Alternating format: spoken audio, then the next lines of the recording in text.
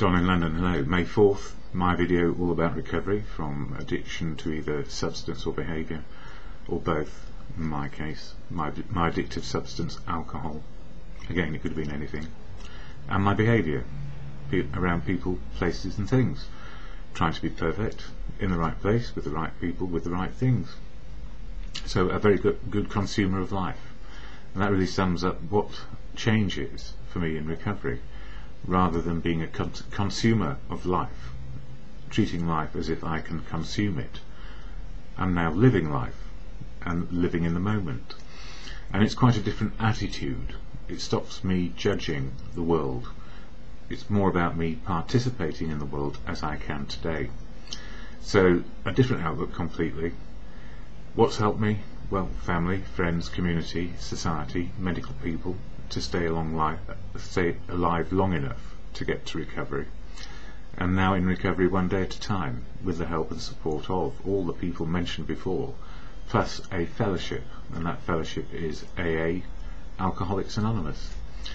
I don't speak for it, never can, never will, because it's full of unique, authentic people who speak as they choose, where they will, and that's the way it is.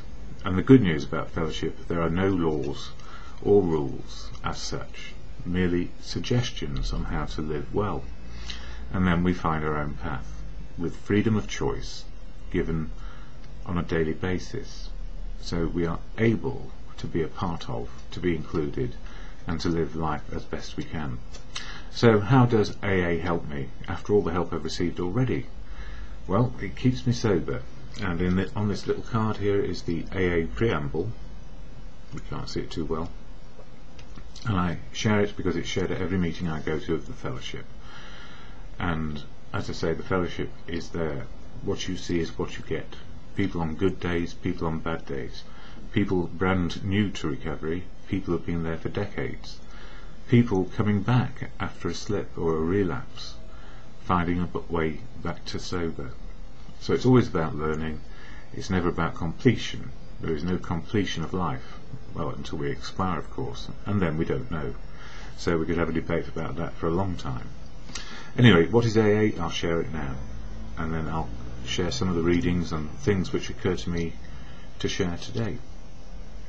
Alcoholics Anonymous is a fellowship of men and women who share their experience, strength and hope with each other, that they may solve their common problem and help others to recover from alcoholism. The only requirement for membership is a desire to stop drinking. There are no dues or fees for AA membership. We are self-supporting through our own contributions. AA is not allied with any sect, denomination, politics, organisation or institution, does not wish to engage in any controversy, neither endorses nor opposes any causes. Our primary purpose is to stay sober and help other alcoholics to achieve sobriety.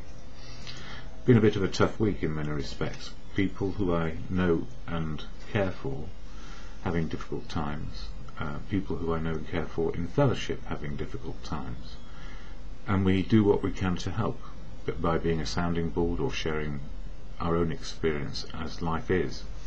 And what helps me when I can't get to a meeting are the literature books of AA and any other book which has some wisdom in it. So the great news is, once I'm sober, I can find, utilise, express what is going on for me and what helps me on a daily basis. And I was just looking at this book here, the 12 Steps and 12 Traditions. This is the handy little pocket size or hardback one. And I've got a paperback one as well, which is all moth-eaten and dog-eared from reading. I used to read it simply because I wanted to know and understand how I could start to control my life again. And these days I realise it's not about control, it's about participation and making the best choices I can. So the 12 steps help me on a personal basis to be open, honest and willing to change. And the 12 traditions keep the fellowship together in service, unity, service, unity and recovery.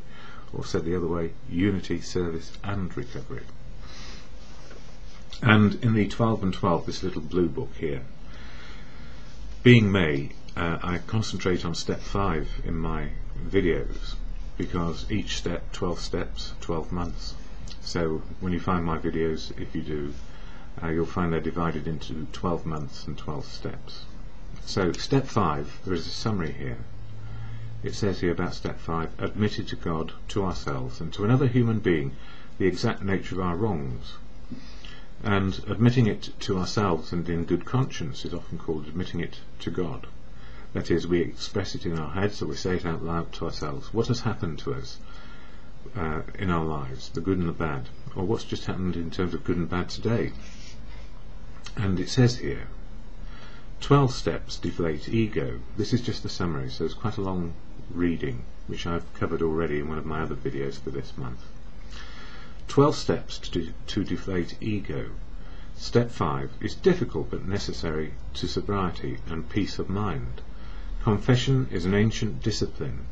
Without fearless admission of defects or character traits which are unhelpful, few could stay sober.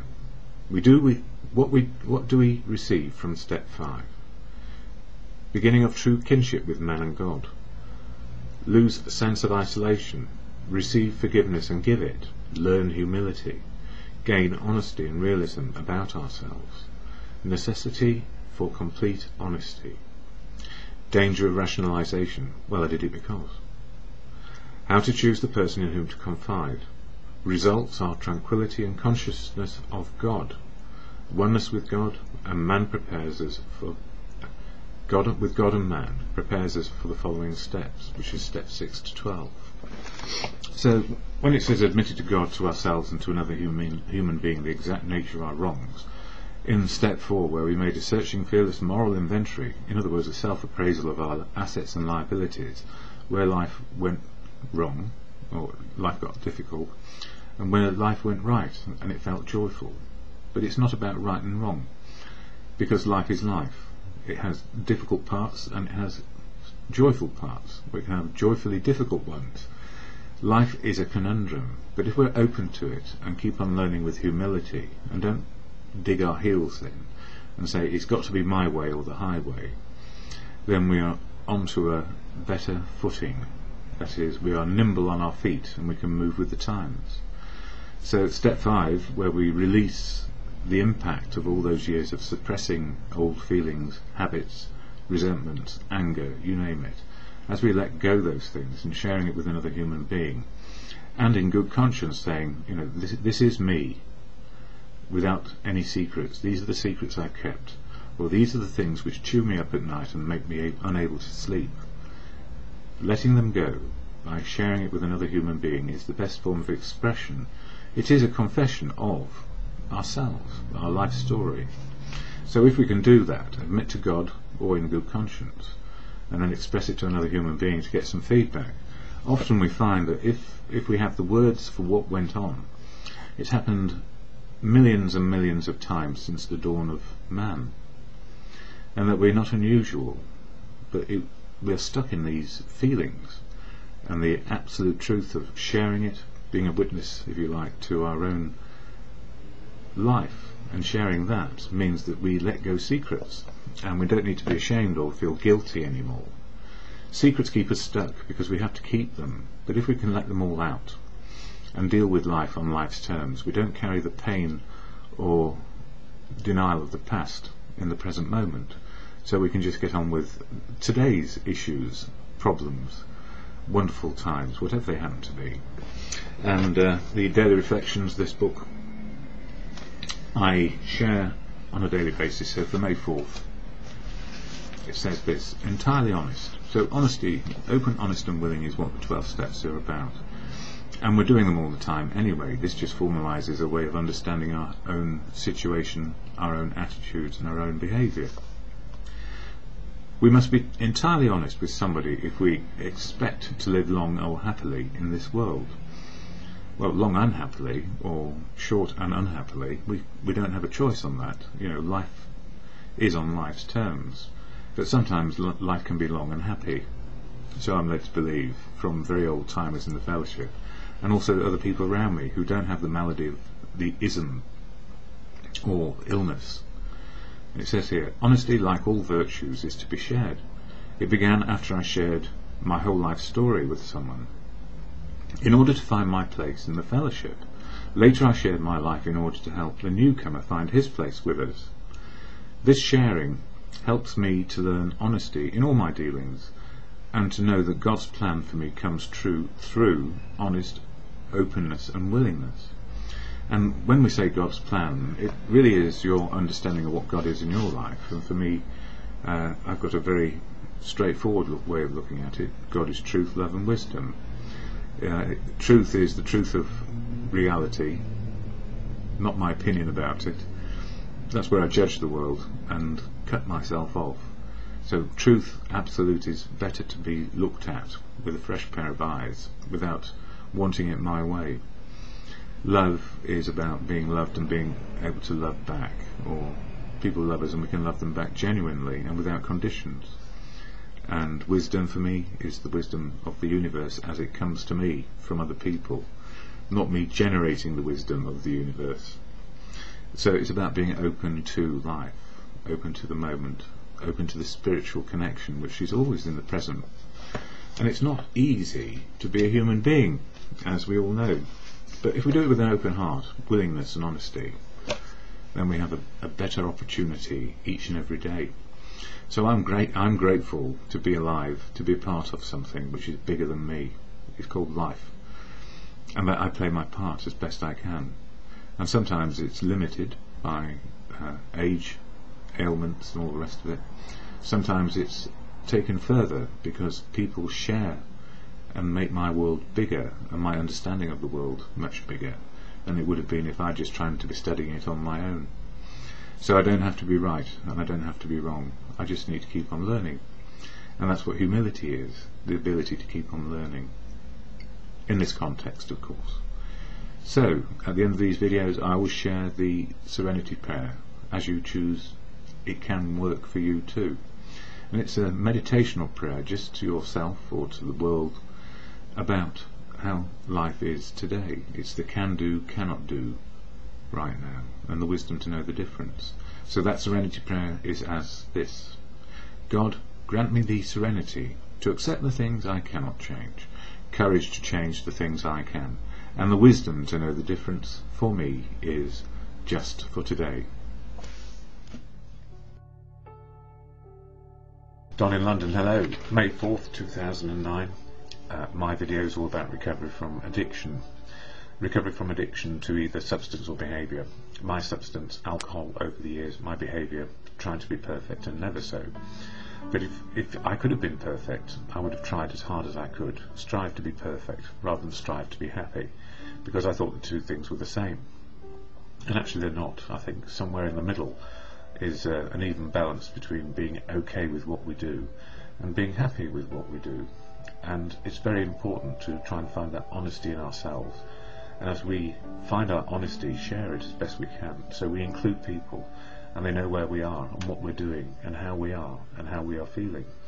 So the last few days has been a bit hard because my feelings have been all over the place, and I guess that's also partly because I've been ill, but also wondering if I'm being true to myself and true to other people. So sometimes things niggle away, and as somebody else said to me once, secrets keep us sick.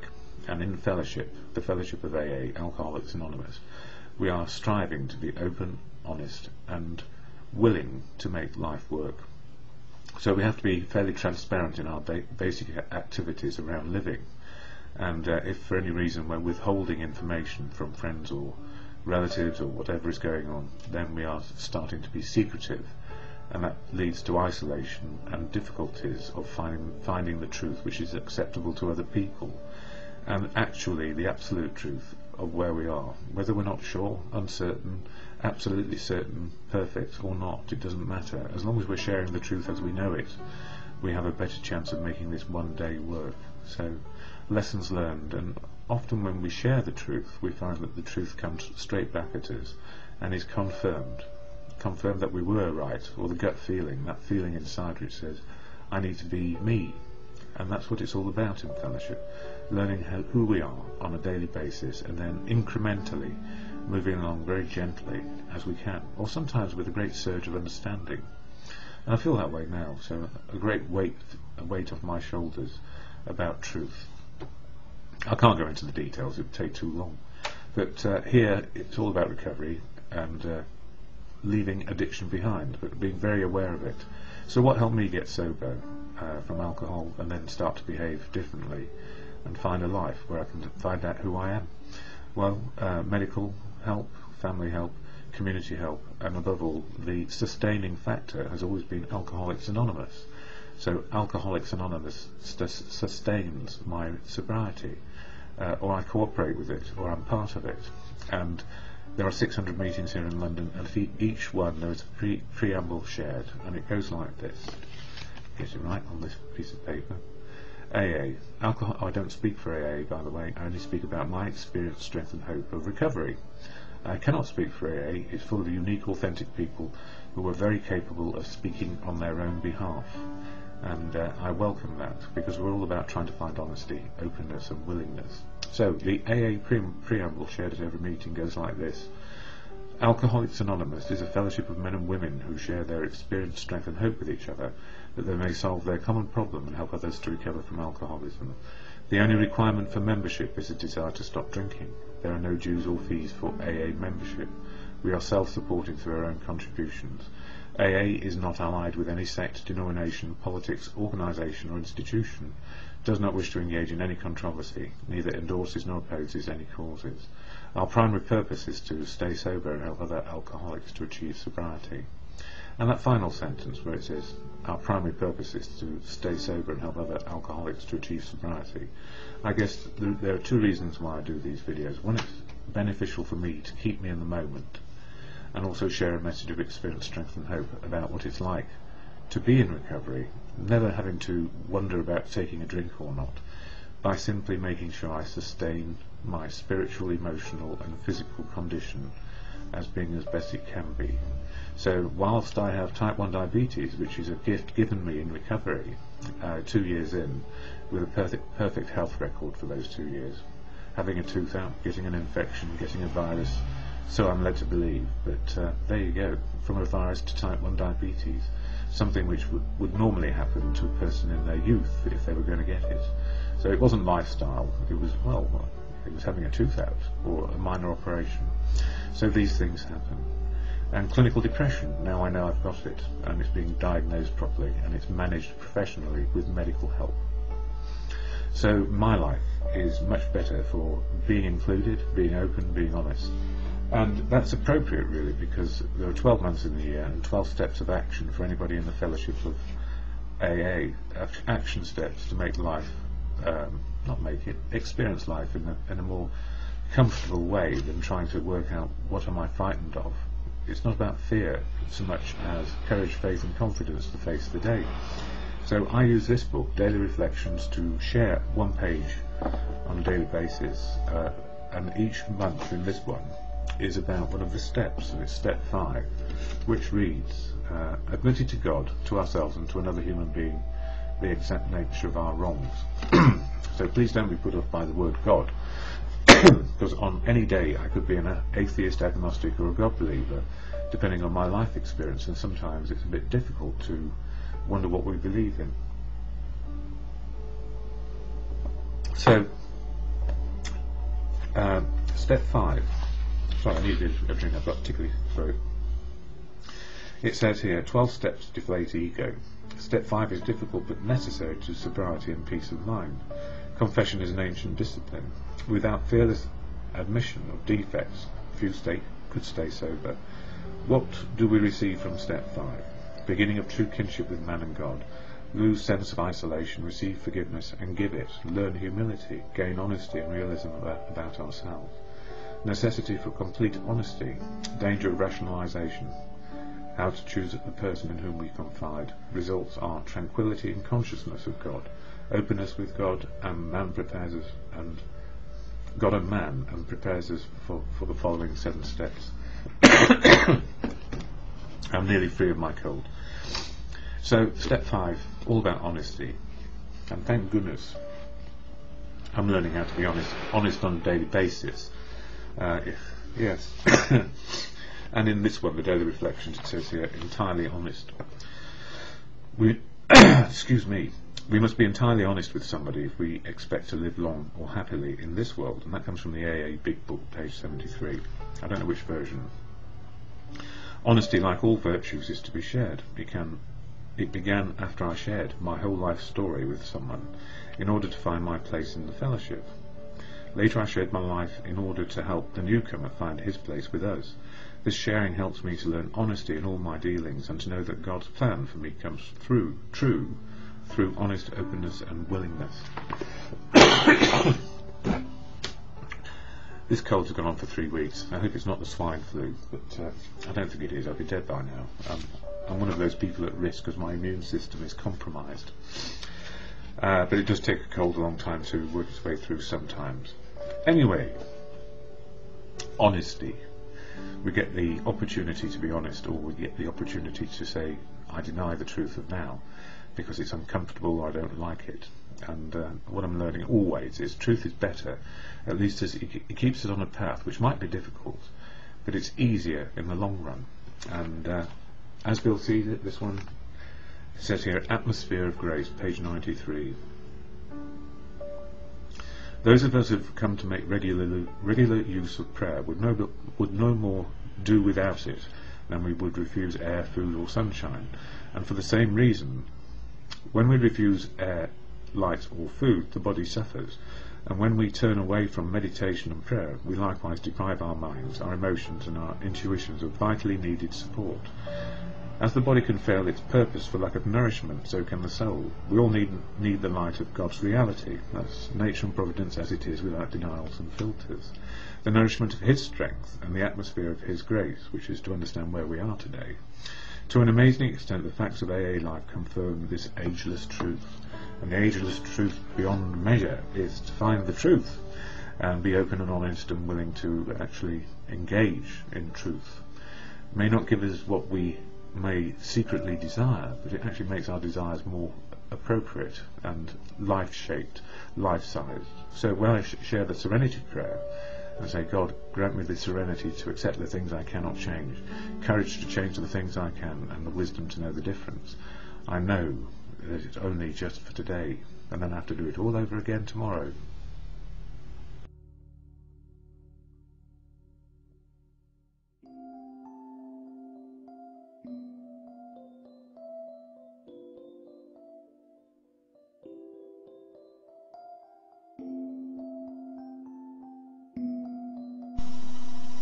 Hello, Don in London, all about recovery and Alcoholics Anonymous.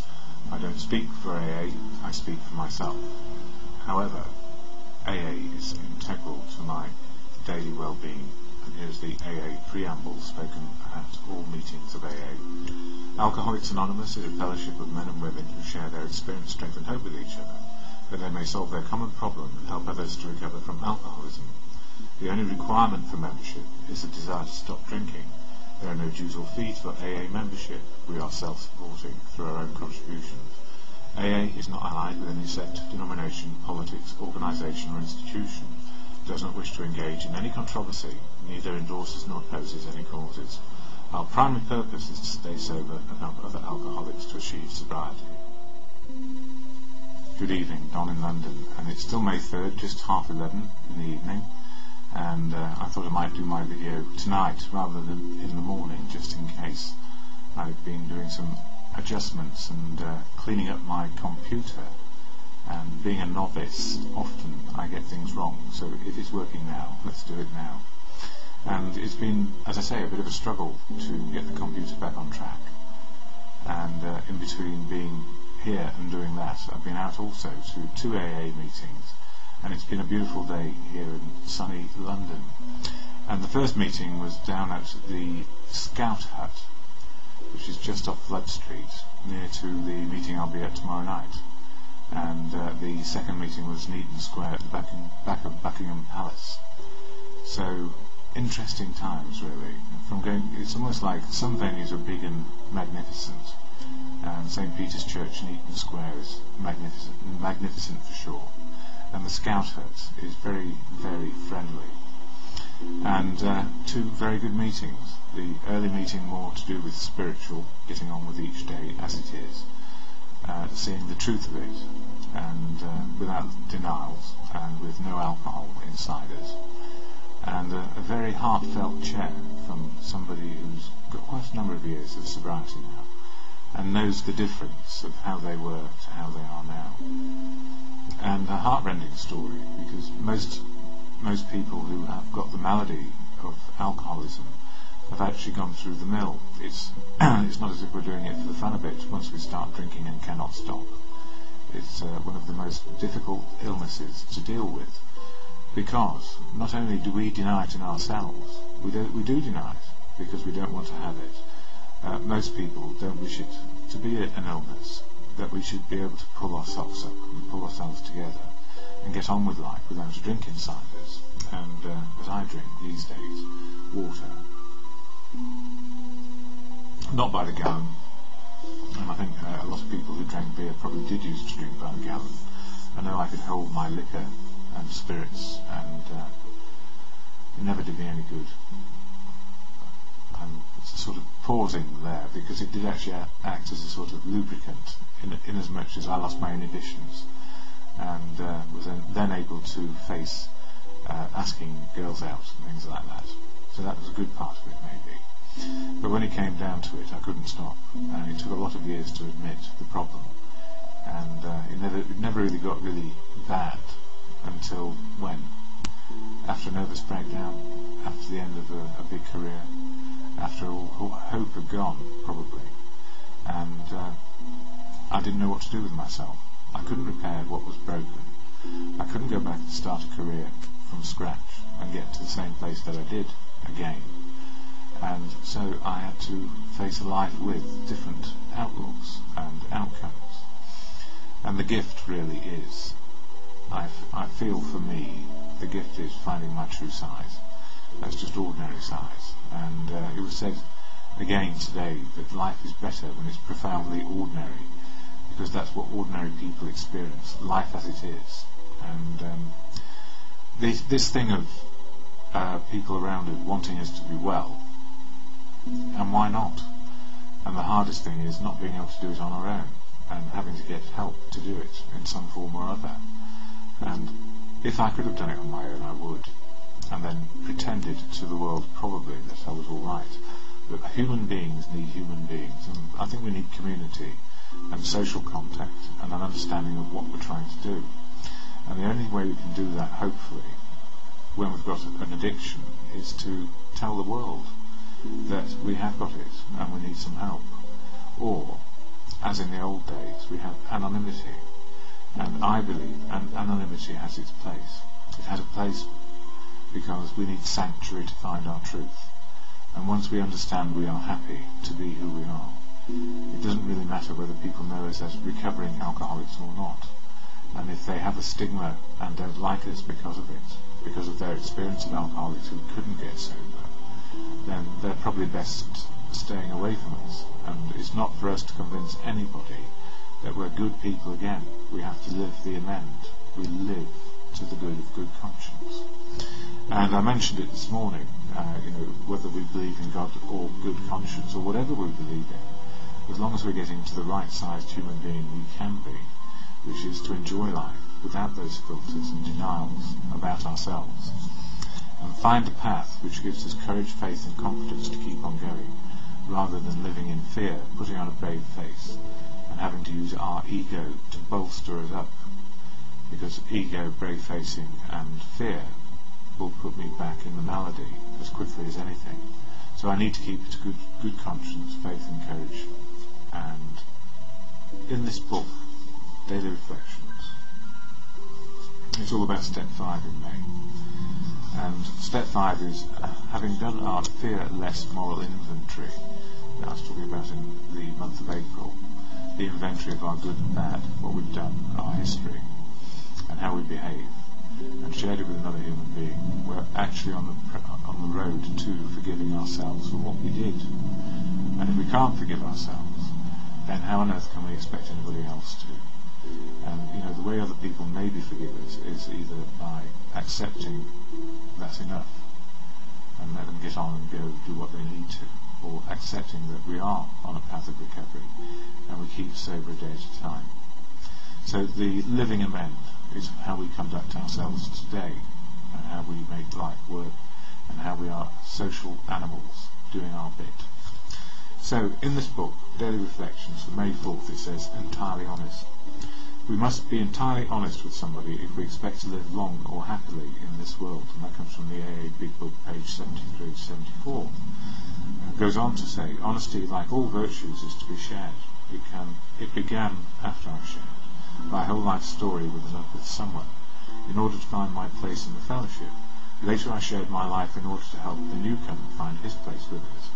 This sharing helps me to learn honesty in all my dealings, and to know that God's plan, or good conscience, for me comes true through honest, open and willingness. And open, honest and willing. That's what we need to be. Just on a daily basis, not trying to be bigger or better than anybody else, but just to live life as it is, and to let go of those things which really are no good for us, and that is speculation, fear, imagination of the future. And in As Bill Sees It, page 152, Miraculous Power. Deep down in every man, woman and child is the fundamental idea of a God. It may be obscured by calamity, by pomp, by worship, or other things, but in some form or other it is there. For faith in a power greater than ourselves, and miraculous demonstrations of that power in human lives are facts as old as man himself. And actually I feel that's probably true, and that's of nature and providence for me, as I mentioned before. Behind nature and providence in our language is divinity and purpose.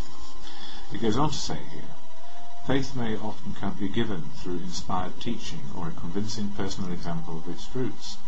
It may sometimes be had through reason. For instance, many clergymen believe that St. Thomas Aquinas actually proved God's existence by sheer logic. But what can one do when all these channels fail?